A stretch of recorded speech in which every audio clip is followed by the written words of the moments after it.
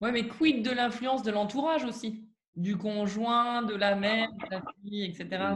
L'influence de l'entourage, c'est là, vous rendez les choses un peu plus compliquées, mais l'influence de l'entourage, moi, par définition, quand j'avais affaire à des mères avec des enfants, je savais que, un, la mère serait pas rassurée si je faisais mal à son enfant, que deux, il fallait que je tienne compte des peurs ou des inquiétudes, des angoisses ou des questions de la mère, Mmh.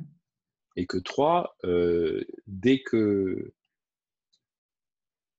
les gens avaient le sentiment que je les écoutais, que je prenais leurs craintes en considération, ils étaient prêts à entendre que je ne pouvais pas exactement être de leur avis, ou en tout cas de leur avis sur comment dirais-je, Sur la procédure à suivre ou sur voilà, sur la la suite procédure du à temps. suivre. Je vous donne un autre exemple, c'est une situation de parent-enfant, mais inversée, c'est-à-dire, la fille de 50 ans qui veut que son père de 75 ans soit hospitalisé parce qu'il est tombé, qu'il est resté à côté de lui, il peut plus rester tout seul, etc. Et à ce moment-là, ben, on lui dit: «Ben, vous savez, je comprends que ça vous inquiète, mais l'hôpital,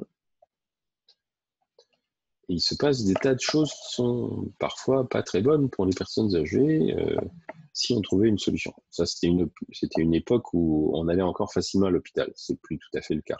Enfin, donc, on peut toujours négocier à condition d'entendre, de pas mépriser, de pas dénigrer parce que la peur d'un membre de la famille par rapport à une personne malade, elle est respectable. Il faut soigner cette personne-là aussi. Il faut rassurer cette personne-là.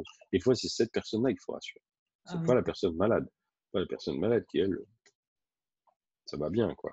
Mmh. Donc, ne pas